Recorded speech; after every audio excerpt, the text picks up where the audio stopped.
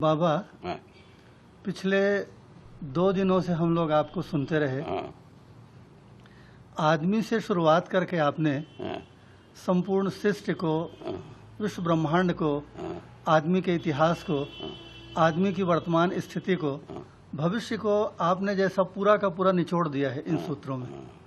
हम लोग जैसा महसूस हाँ, करते हैं, ठीक है। और हम लोगों ने जो कुछ भी सुना, हाँ, जैसा पसंद किया, हाँ, तो एक मंशा यह भी रही है हाँ, आपकी सारी बातों को ज्यों का त्यों रिकॉर्ड करके हमारे जैसे और हजारों हजार आदमियों के लिए वो उपकारी उपयोगी हो जाए, उपकारी हो। एक मार्गदर्शन का काम करे। सही बात।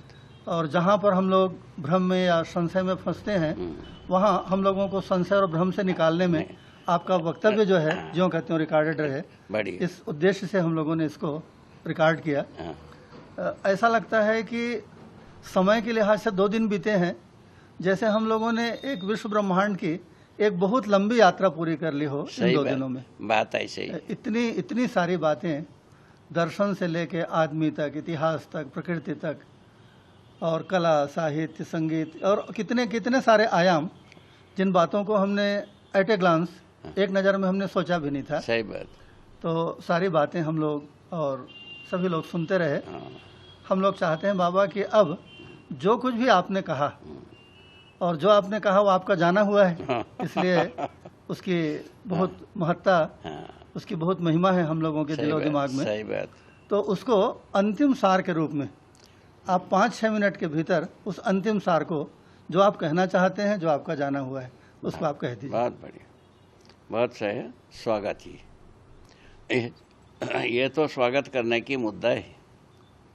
अभी शुरू किए थे अपन मानव से। जी, मानव को एक समझदार आदमी के रूप में पहचाना। समझदारी का तड़प आदि मानव से रहा है। समझदारी के अर्थ में अपन कुछ किए हैं, जी, उसका स्वरूप को प्रस्तुत किया। समझदारी के आधार पर मनुष्य सही ढंग से जिएगा।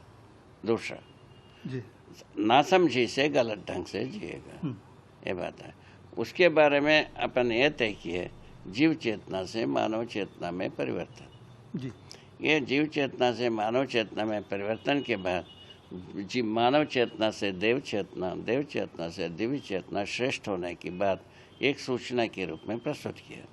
ये क्रियान्वयन होने की विधि ये बताया है कि जीव मानव चेतना में परिवर्तित होने के पश्चात देव चेतना निकट होता है। जी, अभी सही। जीव चेतना के लिए मानव चेतना निकट है, वैसे ही मानव चेतना के लिए देव चेतना निकट हो जाता है, और मुझे देव चेतना के लिए देव चेतना में दिव्य चेतना निकट हो जाता है। इस ढंग से दिव्य चेतना की निरंतरता धरती का, ब्रह्मांड का, अनंत का मंगलमय कार्यक्रम। जी, ये मैंने बताया एक छोटी सी स्वरूप में, संक्षेप ये है। एक विधि हो गई। दूसरी विधि से ये बताया हमको अस्तित्व को समझने की जरूरत है। अस्तित्व को समझने से सह अस्तित्व है। सह अस्तित्व ही विकास क्रम विकास, जागृति क्रम जागृति के रूप में स्पष्ट है। जागृति क्रम जागृति ही वो निरंतर रूप में रहता है। ये सर्वमंगल कार्यक्रम है। ये दूसरा बात बताया। दूसरे बात तीसरे विधि से ये बताया, तो मानव जो है ना, जब कभी समझदार होता है, समाधान, समृद्धि, अभय, सह अस्तित्व सहज विधि से प्रमाणित होगा। ये सर्वभौम विधि से सर्व मानव के लिए, सर्व वस्तु के लिए, सर्वावस्था के लिए, सर्वपद के लिए मंगलमय कार्यक्रम, शुभ कार्यक्रम है बताया। ठीक है ना, 3 विधि हो गई। चौथा विधि में ये बताया है मानवीय संस्कृति, सभ्यता, विधि, व्यवस्था के रूप में जीने से सर्वशुभ है, ये बताया। ठीक है ना, तो मानव अपने में मानवीयता पूर्ण विधि से जागृत होकर के जीना सर्वशुभ कार्यक्रम में सतत जीता है, इस बात को आगाह किया। ठीक है ना, उसके बारे में ये भी प्रयत्न किया है, जो लोहा में लोहत्व पर हम विश्वास करते हैं, मानव में मानवत्व के प्रति कोई विश्वास अभी तक हुआ नहीं, इसीलिए जीव चेतना में है हम। इसका प्रमाण प्रस्तुत किया। इसमें अपने को आना चाहिए। जो अध्यात्मवाद जैसा ऋषि जन्म का मुखारविंद से आया हुआ में भी ये धरती इसको जगत को माया बताया, जगत मिथ्या बताया। वो कितने संकट से कहा होगा सोचने की मुद्दा, ठीक है ना। संकट से छुटकारा पाने के लिए तो उपदेश दिए, किंतु संकट से सबको ही उस छुटकारा पाएगा इस बात को वो घोषणा नहीं कर पाए।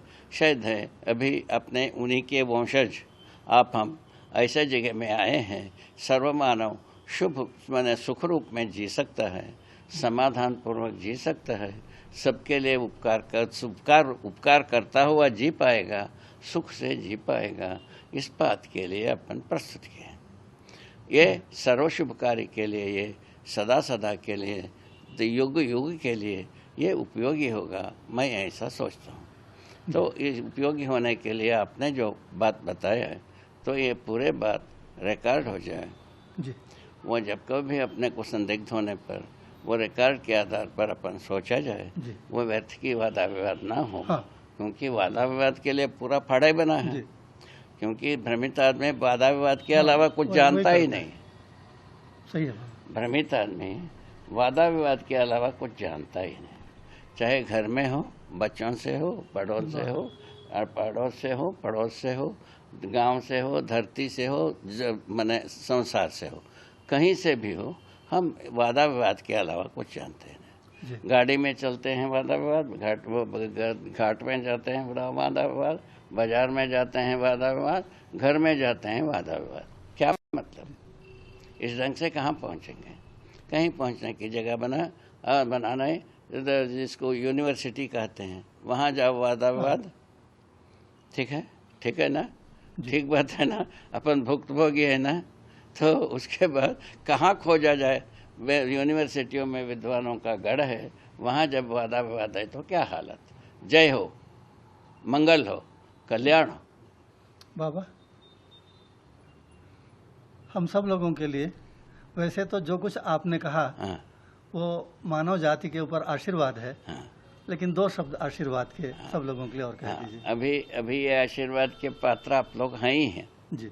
ऐसे पात्र हैं। देखो, इतने अभी तक ये माना गया ज्ञान, विवेक, विज्ञान संबंधी बात इतना दुरूह है, किसी को पल्ले नहीं पड़ता, ऐसा सोच के चलाए थे। तो विज्ञान विधा में नाशकारी कार्य तो समझ में आया, और वो बचाने वाला कार्य तो विज्ञान में समझ में नहीं आया आज तक। तो इससे ये सब बात बचाने वाला कार्य होने के कारण से आप लोगों में कहीं ना कहीं मंगलमय कार्य के लिए जगह है, शुभ करने की इच्छा है, शुभमय जीने की तमन्ना है।